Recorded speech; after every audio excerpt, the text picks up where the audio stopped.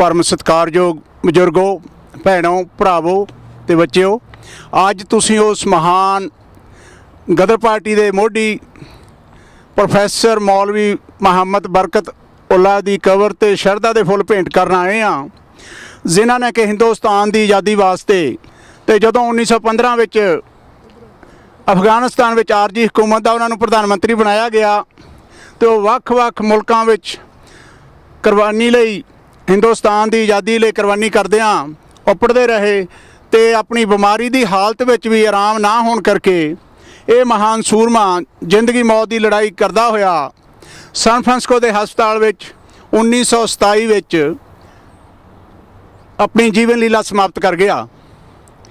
उस महान सूरमे नूं शरधा के फुल भेंट करन लई साडी जथेबंदी वालों इस कबर नूं, मजार नूं सन 2000 विच खोजिया ते लभ्या गया तो साडी जथेबंदी ने इंडो अमेरिकन कल्चर ऑर्गेनाइजेशन ने प्रण किया सी कि उन्हां महान गदरी बाबियां दी याद विच मेले लाउण तो पहलां, स्टार्टिंग तो पहलां उस महान सूरमे की कबर ते हर साल श्रद्धांजलि भेंट करके, इन्हां नूं शरधा दे फुल भेंट करके असीं जो सभ्याचारक प्रोग्राम अपने मेले की जिहड़ी कार्रवाई आ हाल में शुरू करिया करांगे।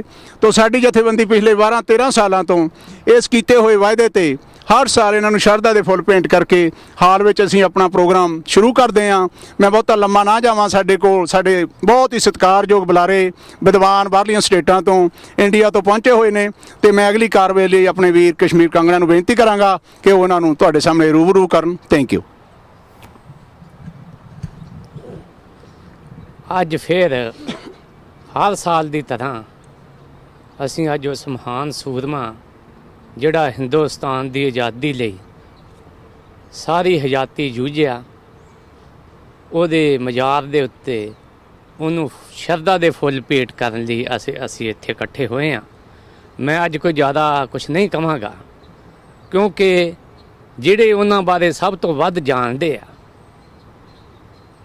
जिन्हां दा संबंध गदर पार्टी दे उस महान सूरमे जिन्हों बाबा केसर सिंह जी नावलिस्ट दे वल्लों गदर पार्टी दा थंम आख्या जांदा सी, उन्हां दा शतीर भी आख्या जांदा सी। मेरे कहने तो भाव आ भाई भगवान सिंह,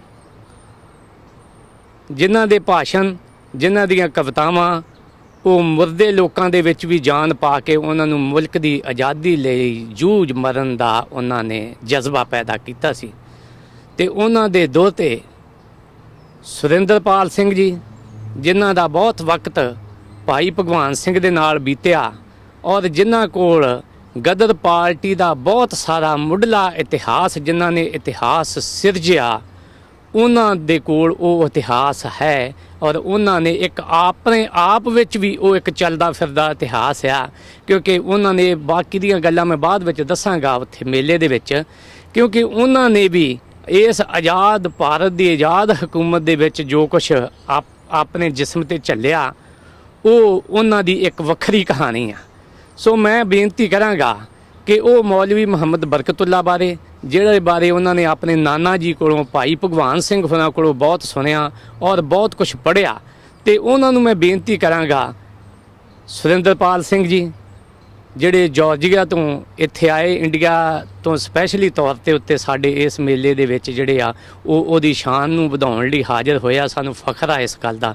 ते मैं उन्हां नूं बेनती करांगा कि वो मौलवी मुहम्मद बरकतुल्ला बारे जां वो जो कुछ भी कहना चाहण, क्योंकि वो खुद अपने आप च एक इतिहास आ, चलदा फिरदा इतिहास आ, उन्हां नूं इन्हां दे बारे बहुत जानकारी आ।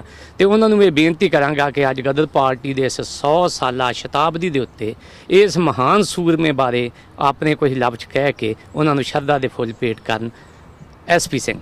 सब तो पहलों मैं इत्थों दे पतवंतियां दा बहुत धन्नवाद करदा वां कि जिन्हां ने एक एडे वड्डे महापुरुष देश भगत मौलवी साहब दी कबर नूं लभ्या और लभ के हर साल तुसीं इत्थे आके अपनी अकीदत पेश करदे हो।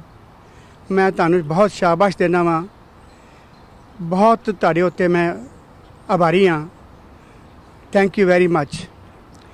मौलवी साहब बहुत उच्ची हस्ती सन। ਆਪਣੀ ਵਿਦਿਆ ਵਿੱਚ ਵੀ, ਆਪਣੀ ਕੁਰਬਾਨੀ ਵਿੱਚ ਵੀ, ਆਪਣੀ ਉਮਰ ਵਿੱਚ ਵੀ ਵੱਡੇ ਸਨ। ਲਾਲਾ ਹਰਦਿਆਲ ਔਰ ਭਾਈ ਭਗਵਾਨ ਸਿੰਘ ਨਾਲੋਂ ਇਹ 14-15 ਸਾਲ ਵਡੇਰੇ ਸਨ, ਵੱਡੀ ਅਕਲ ਦੇ ਮਾਲਕ ਸਨ। ਲਾਲਾ ਹਰਦਿਆਲ ਭਾਈ ਭਗਵਾਨ ਸਿੰਘ 1884 ਵਿੱਚ ਪੈਦਾ ਹੋਏ ਸਨ। ਆਪ 1867 ਵਿੱਚ ਲੱਗਦਾ ਪੈਦਾ ਹੋਏ ਸਨ। ਭਾਈ ਭਗਵਾਨ ਸਿੰਘ ਦਾ, ਮੇਰੇ ਨਾਨਾ ਦਾ ਇਹਨਾਂ ਨਾਲ ਬਹੁਤ ਜ਼ਿਆਦਾ ਗੂੜਾ ਸੰਬੰਧ ਸੀ। ਜਿਸ ਵੇਲੇ ਭਾਈ ਭਗਵਾਨ ਸਿੰਘ ਨੂੰ ਕੈਨੇਡਾ ਵਿੱਚੋਂ ਮਾਰ ਕੁੱਟ ਕੇ ਜ਼ਖਮੀ ਕਰਕੇ ਡਿਪੋਰਟ ਕੀਤਾ ਗਿਆ ਤਾਂ ਉਹ ਯੋਕੋਹਾਮਾ ਦੀ ਪੋਰਟ ਤੇ ਪਹੁੰਚੇ ਤਾਂ ਮੌਲਵੀ ਸਾਹਿਬ ਅੱਗੇ ਪਹੁੰਚੇ ਹੋਏ ਸਨ ਉਹਨਾਂ ਨੂੰ ਰਿਸੀਵ ਕਰਨ ਵਾਸਤੇ। ਉਹਨਾਂ ਨੂੰ ਟੈਲੀਗ੍ਰਾਮ ਮਿਲ ਗਿਆ ਸੀ। ਉਹਨਾਂ ਦੇ ਇਲਾਜ ਦੇ ਸਮੇਂ ਮੌਲਵੀ ਸਾਹਿਬ ਨਾਲ ਰਹੇ।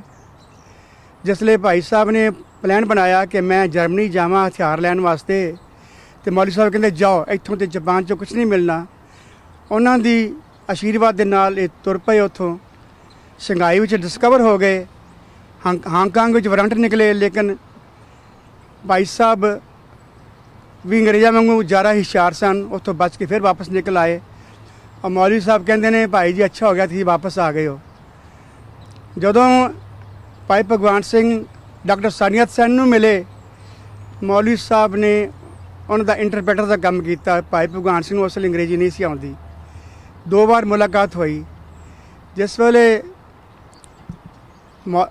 ਡਾਕਟਰ ਸਾਨੀਅਤ ਸੈਨ ਨੇ ਸ਼ਿਕਾਇਤ ਕੀਤੀ ਕਿ ਹਿੰਦੁਸਤਾਨ ਦੇ ਫੌਜੀਆਂ ਨੇ, ਜਿਨ੍ਹਾਂ ਦਾ ਅਸੀਂ ਕੁਛ ਨਹੀਂ ਵਿਗਾੜਿਆ, ਸਾਨੂੰ ਬਹੁਤ ਤੰਗ ਕਰਦੇ ਨੇ ਅੰਗਰੇਜ਼ਾਂ ਦੇ ਵਾਸਤੇ, ਸਾਰੀ ਦੁਨੀਆ ਨੂੰ ਗੁਲਾਮ ਕਰ ਰੱਖਿਆ ਹੈ, ਤਾਂ ਮੌਲਵੀ ਸਾਹਿਬ ਕੁਰਲਾ ਉੱਠੇ, ਕਹਿੰਦੇ ਵਾਹ ਹਲਾ।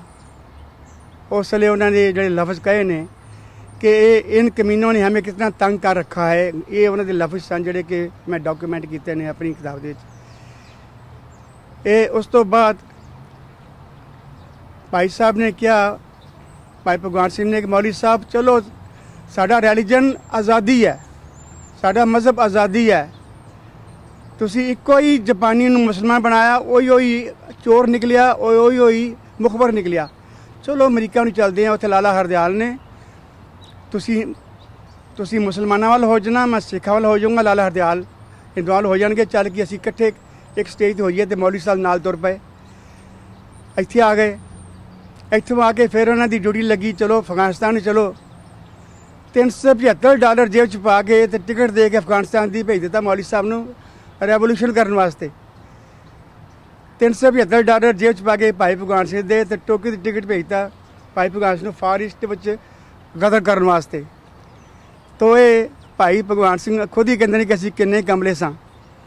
ਫਿਰ ਆਪੇ ਹੀ ਕਹਿੰਦੇ ਨੇ ਕਿ ਜੋ ਅਸੀਂ ਕੰਮ ਕੀਤੇ ਨੇ ਇਸ ਕਮਲ ਪੜ੍ਹਨ ਦੇ ਬਗੈਰ ਅਸੀਂ ਕਰ ਨਹੀਂ ਸੀ ਸਕਦੇ। ਜੇ ਅਸੀਂ ਵੀ ਇੰਨੇ ਪੜ੍ਹੇ ਲਿਖੇ ਹੁੰਦੇ, ਸਾਡੇ ਵੀ ਕੰਨਾਂ 'ਚ ਕਲਮਾਂ ਹੁੰਦੀਆਂ, ਘੜੀਆਂ ਲੱਗੀਆਂ ਹੁੰਦੀਆਂ, ਕਾਲਜਾਂ ਦੀ ਡਿਗਰੀਆਂ ਹੁੰਦੀਆਂ, ਤੇ ਅਸੀਂ ਇੰਨੀਆਂ ਜੇਲ੍ਹਾਂ 'ਚ ਨਾ ਜਾਂਦੇ, ਇੰਨੀਆਂ ਫਾਂਸੀਆਂ 'ਤੇ ਨਾ ਚੜ੍ਹਦੇ। ਇਹ ਕੰਮ ਅਸੀਂ ਉਹ ਕਮਲੇ ਹੀ ਕਰ ਸਕਦੇ ਸੀਗੇ। ਇਹ ਮੌਲਵੀ ਸਾਹਿਬ ਤੁਹਾਡਾ ਦੇਣ ਸਾਡੀ ਕੌਮ ਨੂੰ ਬਹੁਤ ਉੱਚਾ ਹੈ। ਜਿਸ ਵੇਲੇ ਸੋਹਣ ਲਾਲ ਜੀ ਪਾਠਕ ਤੇ ਹਰਨਾਮ ਸਿੰਘ ਸਾਰੀ ਬਰਮਾ 'ਚ ਗਏ, ਉਹਨਾਂ ਨੇ ਸਭ ਤੋਂ ਪਹਿਲਾਂ ਜਾ ਕੇ ਕਬਰ ਲੱਭੀ। ਉੱਥੇ ਜਾ ਕੇ ਉਸ ਕਬਰ 'ਤੇ ਜਾ ਕੇ ਉਹਨਾਂ ਨੇ ਬਹਾਦਰ ਸ਼ਾਹ ਜ਼ਫਰ ਦੀ, ਉੱਥੇ ਜਾ ਕੇ ਉਹਨਾਂ ਨੇ ਸਹੁੰ ਖਾਧੀ ਕਿ ਅਸੀਂ ਆਪਣਾ ਆਖਰੀ ਤਬਕਾ ਖੂਨ ਦਾ ਵੀ ਦੇਸ਼ ਦੇ ਵਾਸਤੇ ਦੇਵਾਂਗੇ। ਔਰ ਉਹ ਦੋਵੇਂ ਜਾ ਕੇ ਉੱਥੇ ਫਾਂਸੀ 'ਤੇ ਲੱਗੇ। ਇਹ ਕਬਰਾਂ ਦੀਆਂ ਵੀ ਬੜੀਆਂ ਮਹਾਨ ਬਰਕਤਾਂ ਹਨ। ਮੌਲਵੀ ਸਾਹਿਬ ਤੁਹਾਡੀ ਕਬਰ ਸਾਡੇ ਵਾਸਤੇ ਇੱਕ ਦਰਗਾਹ ਹੈ, ਸਾਡੇ ਵਾਸਤੇ ਇਹ ਅਜਮੇਰ ਸ਼ਰੀਫ ਹੈ, ਸਾਡੇ ਵਾਸਤੇ ਹੀ ਇਹ ਇੱਕ ਮਦੀਨਾ ਹੈ। ਤੁਸੀਂ ਸਾਨੂੰ ਪਾਸਾ ਪਰਤ ਕੇ ਦੇਖੋ, ਅਸੀਂ ਤੁਹਾਡੇ ਵਾਸਤੇ ਕਿੰਨੇ ਖੁਸ਼ ਹਾਂ। ਅੱਜ ਤੁਹਾਡੇ ਚਰਨਾਂ 'ਚ ਬੈਠੇ ਹਾਂ, ਸਾਨੂੰ ਅਸੀਸ ਦਿਓ, ਅਤੇ ਸਾਨੂੰ ਅਸੀਸ ਦਿਓ ਕਿ ਅਸੀਂ ਵੀ ਅੱਗੇ ਤੋਂ ਵੀ ਇੱਥੇ ਤੁਹਾਡੇ ਕੋਲ ਤੁਹਾਡੇ ਦਰਸ਼ਨ ਕਰੀਏ ਹਰ ਵੇਲੇ ਆ ਕੇ। ਇਤਨਾ ਕੁਛ ਹੀ ਮੈਂ ਕਹਿ ਸਕਦਾ। ਤੋ ਇਹ ਸਨ ਐਸਪੀ ਸਿੰਘ, ਜਿਹੜੇ ਭਾਈ ਭਗਵਾਨ ਸਿੰਘ ਦੇ ਦੋਹਤਾ ਨੇ, ਔਰ ਜਿਨ੍ਹਾਂ ਨੇ ਬਹੁਤ ਸਾਰਾ ਗਦਰੀ ਸੂਰਮਿਆਂ ਦੇ ਨਾਲ ਬੈਠ ਕੇ, ਉਹਨਾਂ ਦੇ ਗੋਡੇ ਮੁੱਢ ਬੈਠ ਕੇ, ਉਹਨਾਂ ਦੇ ਨਾਲ ਚੱਲ ਕੇ ਉਹਨਾਂ ਨੇ ਉਹਨਾਂ ਦਾ ਸਾਥ ਮਾਣਿਆ ਤੇ ਉਸ ਇਤਿਹਾਸ ਨੂੰ ਸੰਭਾਲਿਆ।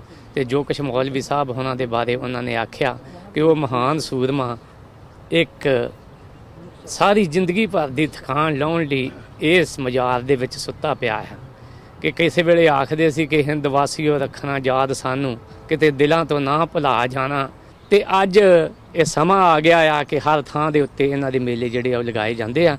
ਤੇ ਮੈਂ ਆਪਣੇ ਵੱਲੋਂ ਆਰਗੇਨਾਈਜੇਸ਼ਨ ਵੱਲੋਂ ਐਸਪੀ ਸਿੰਘ ਦਾ ਬਹੁਤ ਬਹੁਤ ਉਹਨਾਂ ਦਾ ਧੰਨਵਾਦ ਕਰਦਾ। ਤੇ ਹੁਣ ਨਾਲ ਹੀ ਮੈਂ ਇੱਕ ਸਾਡੇ ਬਿਹਾਰ ਦੇ ਉੱਤੋਂ ਜਿਹੜੇ ਬਿਹਾਰ ਸਟੇਟ ਦੇ ਇੱਕ ਆਲਾ ਦਰਜੇ ਦੇ ਆਫੀਸਰ ਨੇ ਔਰ ਜਿਨ੍ਹਾਂ ਨੇ ਇੱਕ ਇਹ ਮਨਸ਼ਾ ਧਾਰ ਲਈ ਆ, ਜਿਨ੍ਹਾਂ ਦਾ ਇੱਕ ਇਹ ਅਕੀਦਾ ਆ ਕਿ ਉਹ ਗਦਰ ਸੰਗਰਾਮ ਦੇ ਸੂਰਮੇ ਜਿਨ੍ਹਾਂ ਸਟੇਟਾਂ ਦੇ ਵਿੱਚ ਉਹਨਾਂ ਨੂੰ ਕੋਈ ਜਾਣਦਾ ਹੀ ਨਹੀਂ, ਉਹਨਾਂ ਨੇ ਘਰ ਘਰ ਉਹਨਾਂ ਦਾ ਸੁਨੇਹਾ ਪਹੁੰਚਾਉਣ ਦੀ ਇਹ ਜਿਹੜੀ ਆ ਆਪਣਾ ਦ੍ਰਿੜ ਇਰਾਦਾ ਕੀਤਾ। ਤੇ ਉਸੇ ਦ੍ਰਿੜ ਇਰਾਦੇ ਦੇ ਤਹਿਤ ਉਹ ਅਮਰੀਕਾ ਦੇ ਵਿੱਚ ਆ ਕੇ ਉਹਨਾਂ ਦੇ ਉੱਤੇ ਖੋਜ ਕਰਕੇ ਉਹਨਾਂ ਹਿੰਦੀ ਸਪੀਕਿੰਗ ਸਟੇਟਾਂ ਦੇ ਵਿੱਚ ਜਿਨ੍ਹਾਂ ਦੇ ਵਿੱਚ ਗਦਰ ਪਾਰਟੀ ਬਾਰੇ ਕੋਈ ਪਤਾ ਹੀ ਨਹੀਂ, ਸਕੂਲਾਂ ਤੱਕ ਪਹੁੰਚ ਕੀਤੀ ਉਹਨਾਂ ਨੇ। ਸਕੂਲਾਂ ਦੇ ਵਿੱਚ ਜਾ ਕੇ ਬੱਚਿਆਂ ਨੂੰ ਸਵਾਲ ਕੀਤੇ, ਉਹਨਾਂ ਨੂੰ ਗਦਰ ਤੇ ਗਦਰ ਮੂਵਮੈਂਟ ਦੇ ਸੂਰਮੇ ਜਿਹੜੇ ਆ ਉਹਨਾਂ ਨੂੰ ਉਹ ਦੱਸ ਰਹੇ ਨੇ। ਕਿ ਇੱਕ ਆਫੀਸਰ ਹੋਣ ਦੇ ਨਾਤੇ ਵੀ ਮੈਂ ਇਸ ਗੱਲ ਦੀ ਫਖਰ ਮਹਿਸੂਸ ਕਰਦਾ ਕਿ ਉਹ ਇਸ ਕਾਜ ਨੂੰ ਲੈ ਕੇ ਤੁਰੇ ਆ।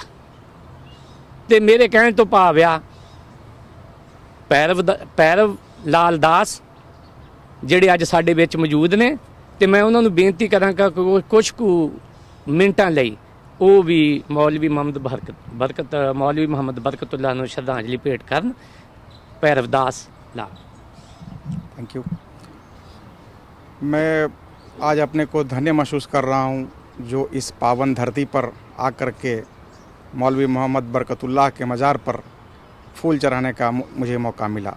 मैं शुक्रगुजार हूँ आप सभी लोगों का जिनके माध्यम से मैं यहाँ तक पहुँच सका हूँ। इतिहास में मैंने बरकतुल्लाह के बारे में काफ़ी पढ़ा है, जापान से लेकर अफ़गानिस्तान तक, भारत से लेकर अमेरिका तक, लेकिन मैं धन्य हूँ जो अब मैं आज तक यहाँ पहुँच सका। Thank you. ਬਹੁਤ ਬਹੁਤ ਮਿਹਰਬਾਨੀ ਭੈਰਵ ਦਾਸ ਜੀ। ਤੇ ਹੁਣ ਮੈਂ ਬੇਨਤੀ ਕਰਾਂਗਾ ਆਪਣੀਆਂ ਬੀਬੀਆਂ ਨੂੰ, ਮਾਵਾਂ ਨੂੰ, ਭੈਣਾਂ ਨੂੰ, ਬੱਚਿਆਂ ਨੂੰ ਤੇ ਸਾਡੇ ਸਾਰੇ ਭਰਾਵਾਂ ਨੂੰ ਕਿ ਅਸੀਂ ਹਾਲ ਦੇ ਵਿੱਚ ਚੱਲੀਏ ਤੇ ਪਹਿਲਾਂ ਦੇ ਵਾਂਗ ਹੀ ਹਰ ਸਾਲ ਦੇ ਵਾਂਗ ਜਿਹੜਾ ਇਹ ਗਦਰ ਸ਼ਤਾਬਦੀ ਆ, ਗਦਰ ਦਾ 100 ਸਾਲਾ ਜਿਹੜਾ ਉਹਨਾਂ ਨੂੰ ਸਮਰਪਿਤ ਆ ਅੱਜ ਦਾ ਇਹ ਮੇਲਾ। ਤੇ ਉੱਥੇ ਅਸੀਂ ਜਾ ਕੇ ਅਗਲੀ ਕਾਰਵਾਈ ਜਿਹੜੀ ਆ ਉਹ ਉਸ ਹਾਲ ਤੋਂ ਸ਼ੁਰੂ ਕਰਾਂਗੇ, ਹਾਲ ਵਿੱਚ ਉਹਨਾਂ ਕਰਾਂਗੇ।